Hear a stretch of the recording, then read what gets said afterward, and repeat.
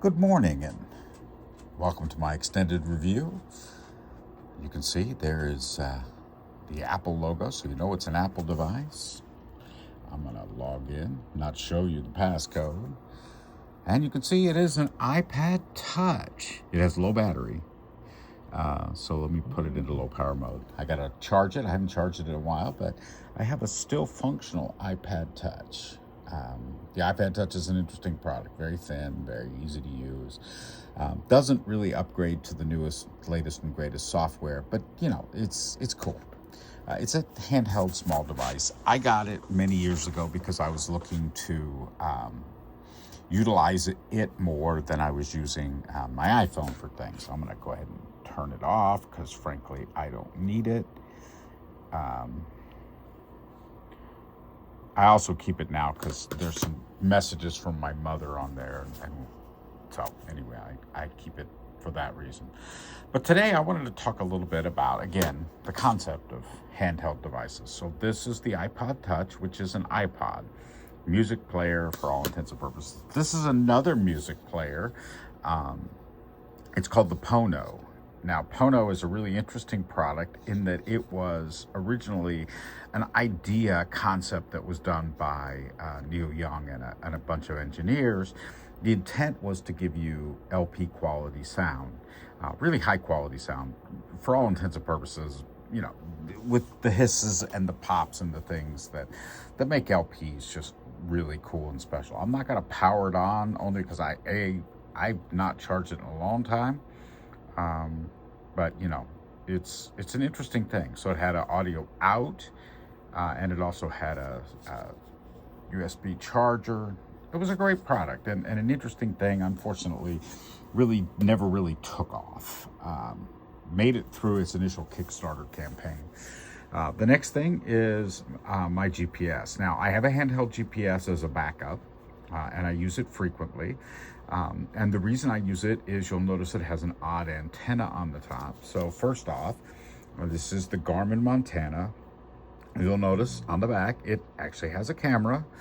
It has this odd antenna and then a ruggedized case. The ruggedized case I added, but this allows you to select addresses and do things like that. But for me, when I'm out exploring someplace I've never been before, in terms of being out in the woods, out in the wilderness, as it were, it gives me the power and capability to do that easily, right? I can slap it in my side bag, carry it with me, and then I've got my phone, my watch, and this device.